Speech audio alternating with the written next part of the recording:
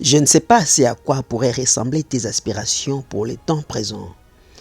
Obtenir le financement pour ton projet et accroître tes revenus financiers, être capable de défendre ton point de vue lorsque les intérêts du parti sont vivement menacés, être capable de convaincre ton interlocuteur à adhérer à ta philosophie de vie.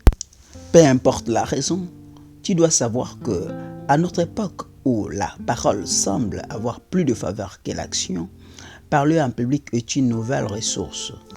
D'autant plus que le fait de parler en public dans notre société qui élève l'information au rang de véritable matière première constitue une nouvelle ressource qu'on peut exploiter et qui peut devenir potentiellement une source de gain ou de richesse. Car dit-on, récit dans la vie qui sait se montrer, c'est-à-dire qui sait vendre le mieux sa marchandise.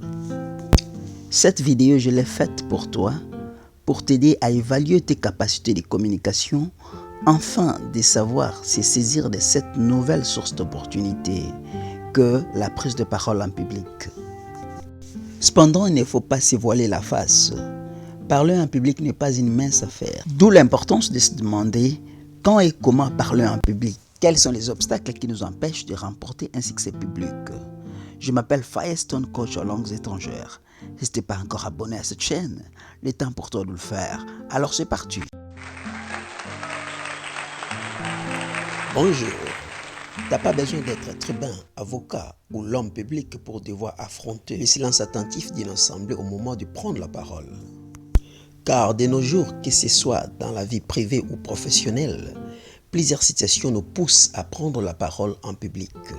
Selon les degrés de parenté, tu peux te voir un jour demander de prendre la parole devant le public pour prononcer l'oraison funèbre de l'illustre disparu. Ça ne s'arrête pas là. Dans ce monde caractérisé par la liberté de penser, bien souvent nous sommes confrontés à des situations où nous sommes obligés de prendre la parole pour défendre notre point de vue. Surtout si l'interlocuteur dit des choses que nous n'aimerions pas attendre. Dans les domaines professionnels, si on veut obtenir le financement d'un projet, on doit parler, on doit bien expliquer, illustrer les projets. Sinon, on n'obtient pas le financement, les bailleurs de fonds ne vont pas vous donner de l'argent. Voyez l'importance de parler en public.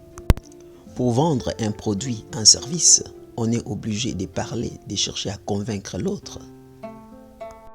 Tu vois, dans les domaines privés ainsi que professionnels, nous sommes obligés à prendre la parole devant les gens. Mais c'est quoi parler en public? Tout d'abord, il faut retenir que parler en public est un art qui se repose sur la rhétorique, un art ancien, né vers la moitié du 5e siècle selon la tradition à Syracuse. Rhétorique, c'est la capacité de se servir de la langue et de son pouvoir suggestif et émotionnel pour persuader un auditoire public et par là en gagner la confiance. Parler en public, ça s'apprend. Parler en public constitue une nouvelle ressource, un moyen qu'on peut exploiter et qui peut devenir source de gains ou de richesse. Cela est tout à fait évident dans notre société qui élève l'information au rang de véritable matière première. Et pourtant, qu'il est terrible, le moment où l'on doit lever la main et commencer à parler. Le battement du cœur se fait plus rapide, le nez transpire et la salive se raréfie.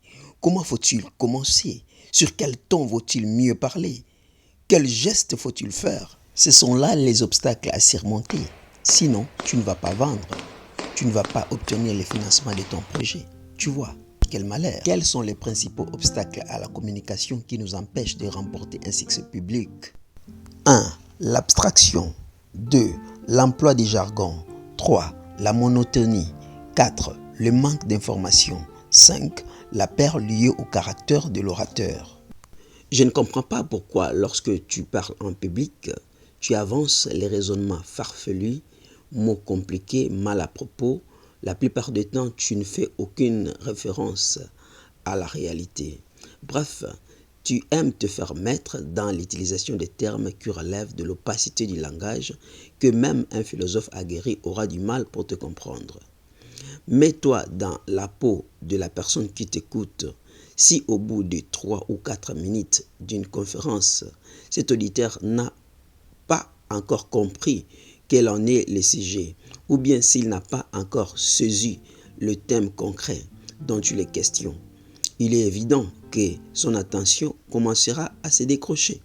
Or, en d'autres termes, la façon la plus simple d'attirer l'attention des gens consiste à fournir des exemples qui font référence à la réalité vécue et connue d'avance par son audience. En d'autres termes, il faut éviter les termes techniques, car l'objet d'une communication en public, c'est de convaincre son auditoire. Rester dans l'abstraction, c'est lui faire perdre du temps. L'emploi des jargons. Les jargons, tout d'abord, c'est un langage conventionnel utilisé par des personnes appartenant à une catégorie sociale déterminée. C'est dans le but de ne pas se faire comprendre par ceux qui n'en font pas partie.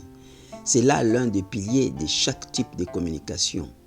Communiquer avec les autres, c'est qu'on veut se faire comprendre.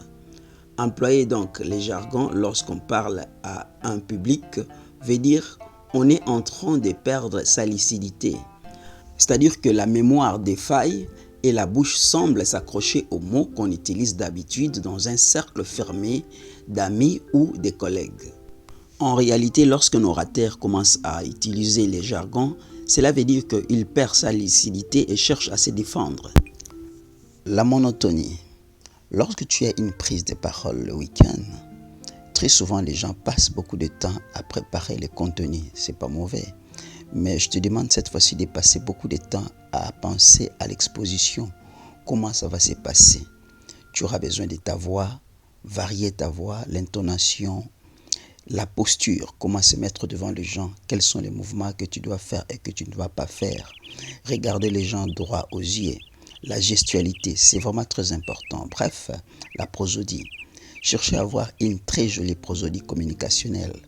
Disons un bébé de 3 mois ne maîtrise pas le langage, mais il a déjà une très jolie prosodie.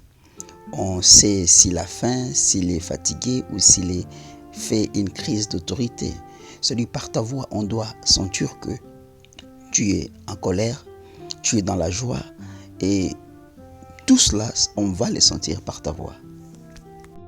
Pour plus de clarté, prosodie, aspect non-verbaux d'une langue, c'est-à-dire variation d'intensité et de débit, variation des hauteurs, ton et intonation, variation de la durée. Là, on voit l'accentuation et le rythme. Bref, respectez les signes de la ponctuation. Manque d'information. Un individu normal retient en moyenne 20% d'une conférence. Si elle est faite à l'aide de moyens audiovisuels, le pourcentage monte jusqu'à 30 ou 35%.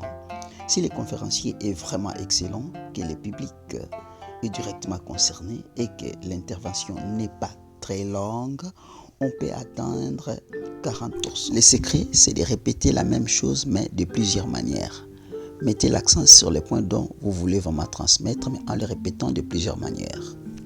La crainte liée à l'orateur. Pour cela, allez sur Google, tapez glossophobie. Glossophobie veut dire la peur de parler en public. Là, tu auras d'autres éléments qui pourront t'aider. Merci d'avoir suivi cette vidéo. À la prochaine. Ciao.